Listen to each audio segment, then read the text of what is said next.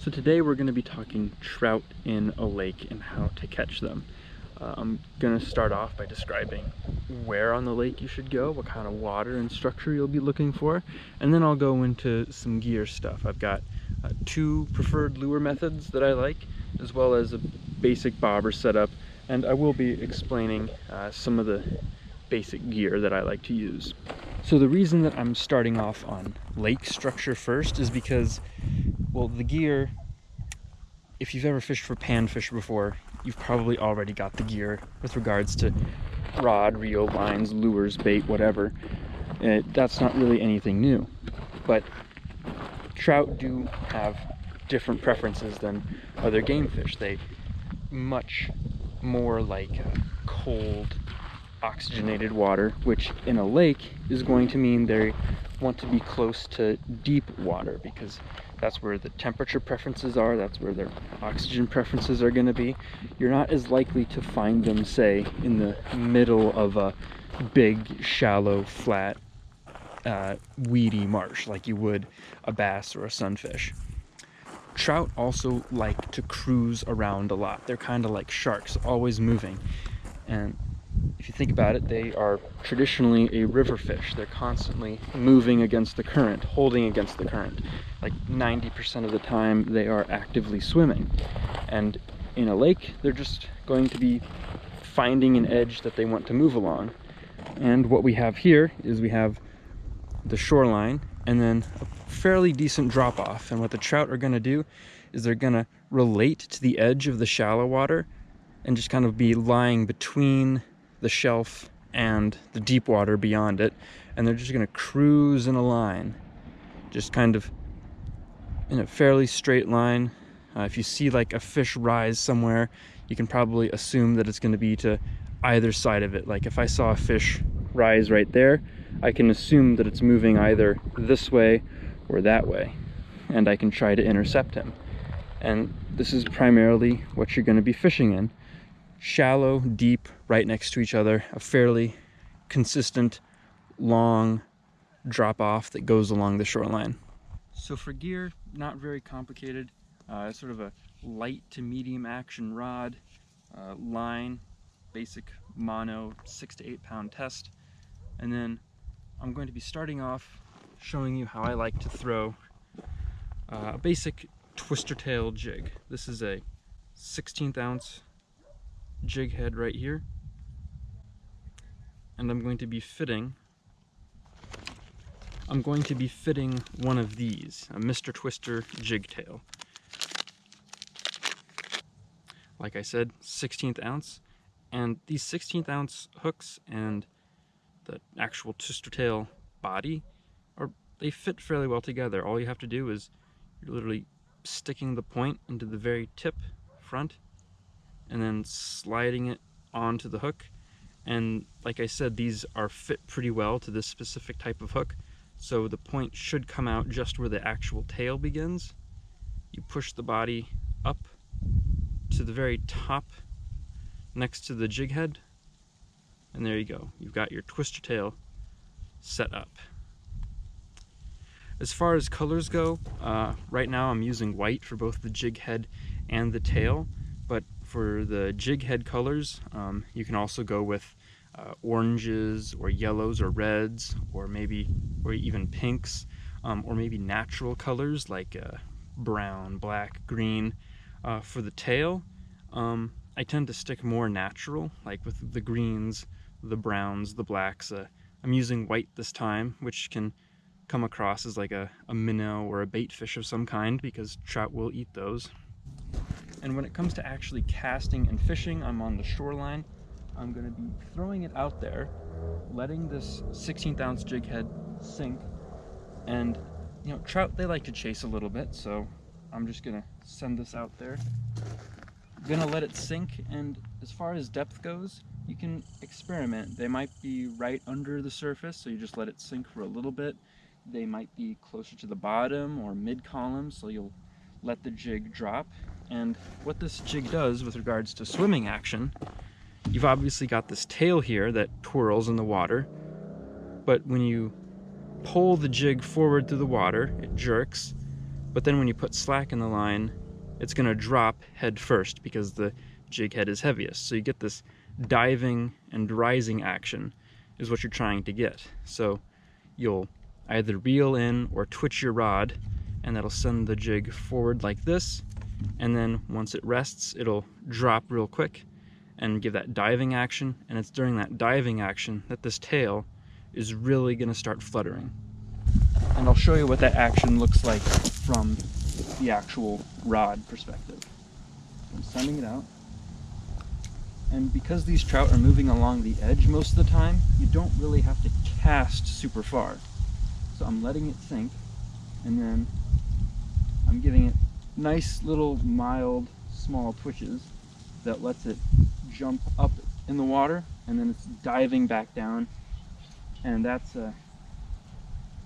where you'll get the fluttering of the tail. So casting out, not super far, letting it sink a bit, and then twitching the rod tip to make it come up, and then letting it dive down for a moment to get that tail fluttering. Now, the second type of lure that I really like to use for trout in lakes are basic, simple spoons, and the size range I like. Here's a couple of Castmasters. This is the type of size range that I like, from kind of small to kind of smallish medium size. These are perfect sizes for trout. These golds or silvers are good colors. The colors that I described for the jigs, they work well for spoons as well. And these Castmasters, if you look at them, they're very dense, solid block of metal, kind of needle and blade-like in their shape. These sink very fast. They have very erratic diving actions, and you kind of fish them fast. You jerk them around a lot. You're really trying to get this spoon to make sort of these jerky, stabby, zigzag motions in the water. A different type of spoon, this is a Daredevil. It's kind of big, not really what you would use for a typical trout, but just to show you, see how it's much thinner in profile and also much wider, like a plate or a spoon. These tend to have more fluttering action. They don't dive as aggressively as, say, a Castmaster or a more needle-shaped spoon would. If you look at the difference in profile of these two spoons, one is much more like a bullet, the other is much more like a plane, and these you can fish a bit slower. You can reel them in slowly. They'll kind of do this gentle twirling. If you let them sink, they'll flutter down like a wounded bait fish, and those are the two types of spoons that you would use. I'm going to start off using a Castmaster because that's just what I happen to have, and I'll show you how I like to fish this.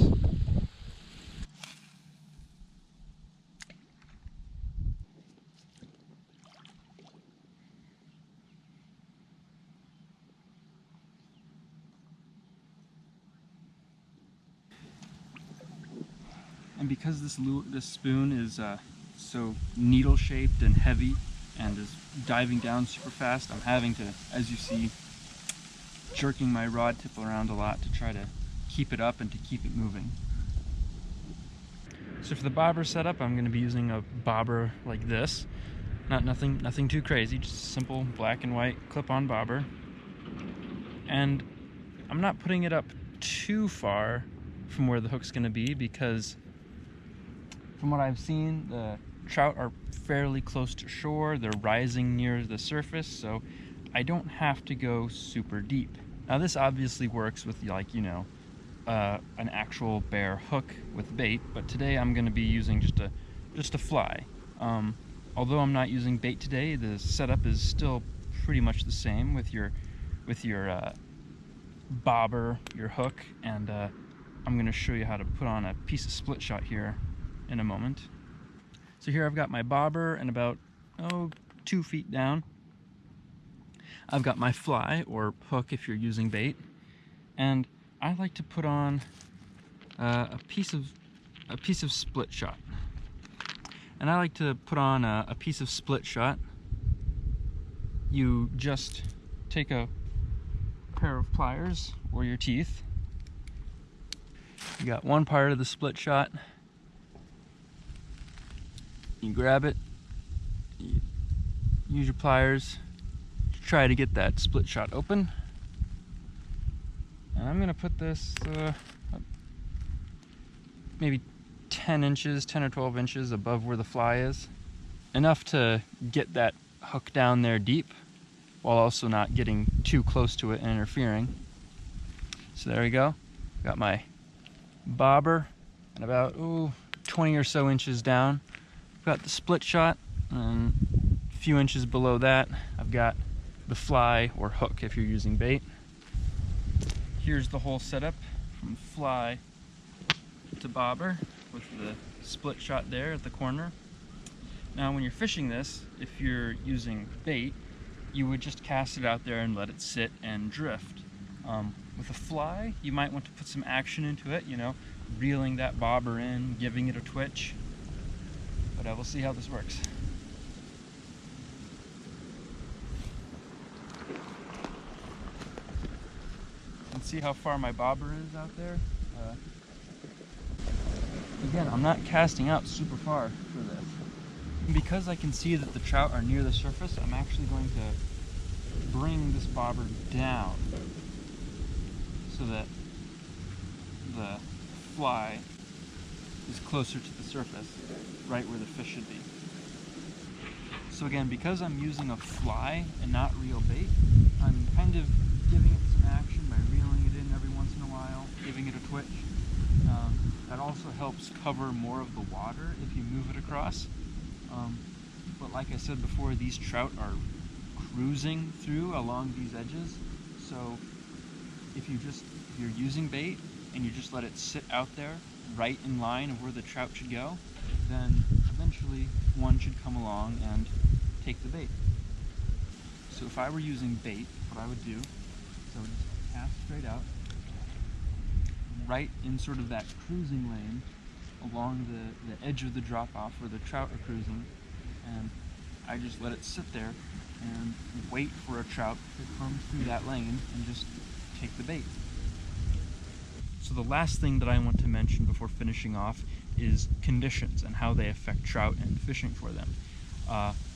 High visibility and high temperatures tend to be bad. The trout do not like hot, they do not like low oxygen, they do not like being exposed to the world above. So if you've got flat, calm water with high sun, 90-degree weather, that's going to drive trout deeper and make them bite less. So you might have to fish deeper and try to finesse them more. So big, heavy, gaudy spoons might not exactly be your friend. You might want to consider flies or bait or smaller lures. On the opposite end, you have a day like today. Overcast, wind, which disturbs the surface, which makes it very low visibility, and also very cool temperatures. These are things that trout like. It will drive them closer to shore into the shallower water and also make them more willing to bite. So if you wanted to prioritize a day based on weather, there you go. Hot, calm days tend to be bad. Cooler, slightly windier, overcast days tend to be best. So I hope this video was helpful for you, and good luck out there.